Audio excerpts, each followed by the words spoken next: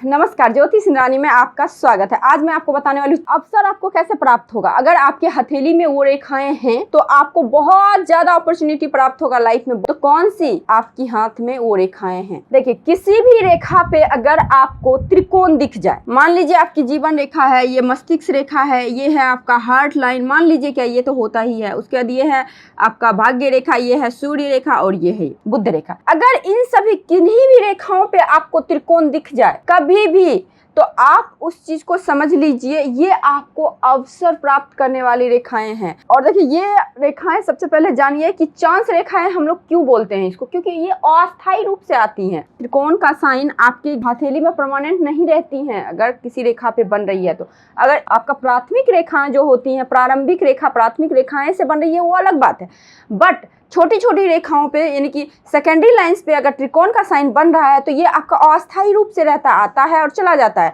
तो इसके लिए आपको क्या देखना है कि ये अस्थायी कारणों से जन्म लेती है सबसे पहली बार, और विशेष प्रकार से लाभ और हानि देती है। इस चीज को भी आपको देखना पड़ेगा। अस्थायी रेखा मैं बोल रही हूँ। अगर आपको किसी भी प्रकार से इस तरह से त्रिकोण का साइन कहीं भी दिख जाए, देखिए त्रिकोण से ही मंदिर बनता है, त्रिकोण के साइन से ही आपका फ्लैग बनता है, बहुत कुछ बनता है।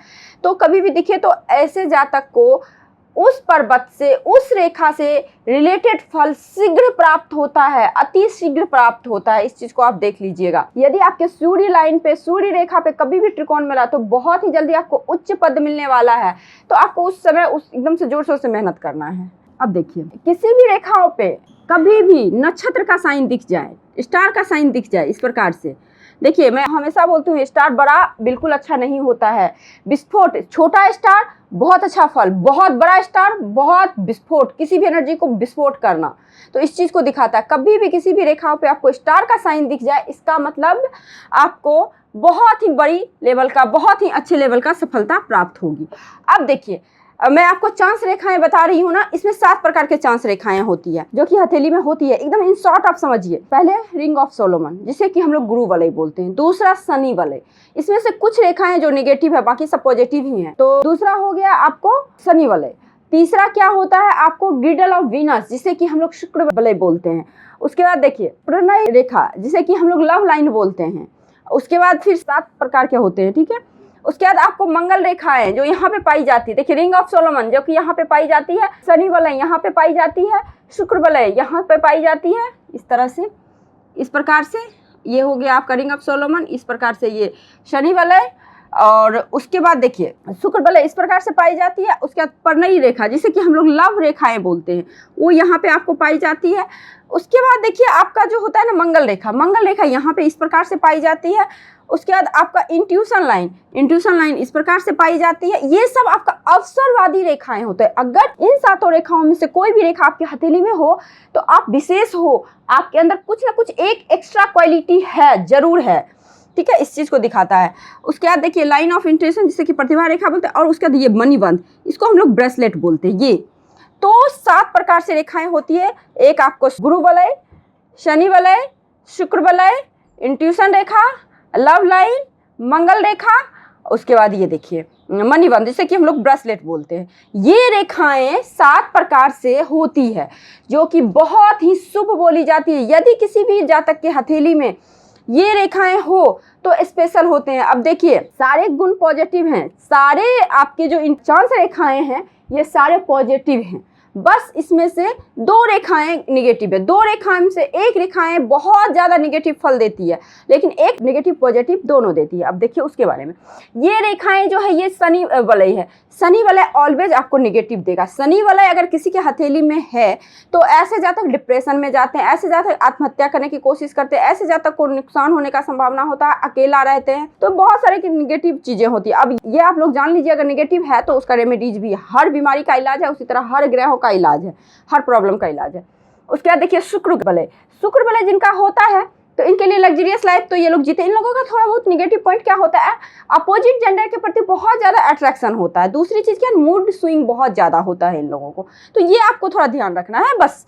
बाकी आपको ये 7 जो रेखाएं, ये चांस रेखाएं बोली जाती है। इस प्रकार से रेखाएं अगर हथेली में हो तो ऐसे जातक डेफिनेटली विशेष होते हैं। इनके लाइफ में कुछ ना कुछ विशेष जरूर करते हैं जो कि इनको लोग जानते हैं, और होता है इनके लाइफ में कुछ ना कुछ विशेष, अवसर मिलता है, अपॉर्चुनिटी मिलती है। लेकिन देखिए अब क्या देखना है आपको, एक चीज़ और, ये 7 रेखाएं तो हैं आपके हथेली में, बट निर्दोष होना चाहिए, किसी प्रकार से दोष नहीं होना चाहिए, रेखाएं कटी ना हो, टूटी ना हो, किसी भी प्रकार से आपकी रेखाएं में दोष नहीं होना चाहिए। इतने सारे जो 7 रेखाएं हैं ये बिल्कुल स्वच्छ होना चाहिए। यदि दोषपूर्ण हुआ, अगर आपको ये निर्दोष रेखा हुआ तो इनकी शक्ति बहुत ज़्यादा होती है, काफ़ी ज़्यादा होती है। आप जिनके हथेली में है उनको पता होगा इनकी शक्ति क्या होती है। बट ये दोष युक्त हुई तो फिर ये शक्ति में छिन्न हो जाती है। और एक चीज़ आप लोग जानते हैं, हर चीज़ साथ ही क्यों होती है। देखिए मैंने भी ऑब्जर्व किया है, तो देखिए जैसे सप्ताह में 7 दिन होते हैं, हमारे अंदर जो स्पाइन में जो चक्र होते हैं वो भी 7 होते हैं, जिसे कि हम लोग चक्र बोलते हैं, ओरा बोलते हैं, जिसे 7 प्रकार के होते हैं। उसी प्रकार से 7 दिन होते हैं, 7 फेरे होते हैं, 7 सप्ताह में दिन भी होते हैं, 7 फेरे भी होते हैं, 7 चक्रा भी होता है, सप्तऋषि होते हैं, मतलब जैसे इंद्रधनुष का भी 7 कलर होता है।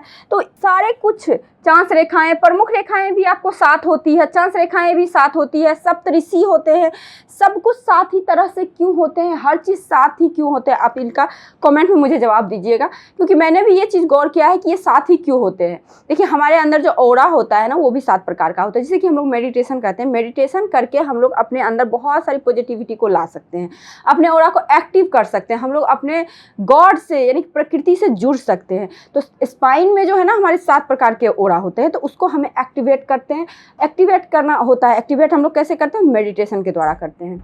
तो अगर हम लोग ने 7 ओरा जो होता है, चक्रा होता है जिसे हम लोग बोलते हैं, अगर इसे हम लोग एक्टिवेट करते हैं तो हम लोग का विजडम अच्छा होता है, इंट्यूशन पावर अच्छा होता है, हमारा हेल्थ अच्छा होता है। अगर आप ज्योतिषी बनना चाहते हैं या फिर आपके हेल्थ वाइज फिट रहना चाहते हैं तो आपको मेडिटेशन करने की सलाह बहुत ज़्यादा दी जाती है। मेडिटेशन आप कैसे करें, जैसे मेडिटेशन आप बहुत तरीके से करते हैं, बट मुझे जो पता है मैं आपको बताती हूँ। आप ब्रीदिंग इन ब्रीदिंग आउट, एकदम गहरी सांस लेके फिर छोड़िए, गहरी सांस लेके छोड़िए, इस तरह से चक्र मतलब आप करते करते करते करते आदत हो जाएगी, फिर आप बहुत अच्छे से ये कर सकते हैं। तो इस तरह से हम लोग अपने ऑरा को मजबूत कर सकते हैं। यदि हमने अपने ऑरा को मजबूत कर लिया तो हर निगेटिविटी से हम लोग बच सकते हैं। तो आई थिंक आप लोगों को ये वीडियो समझ में आई होगी, अच्छी लगी होगी।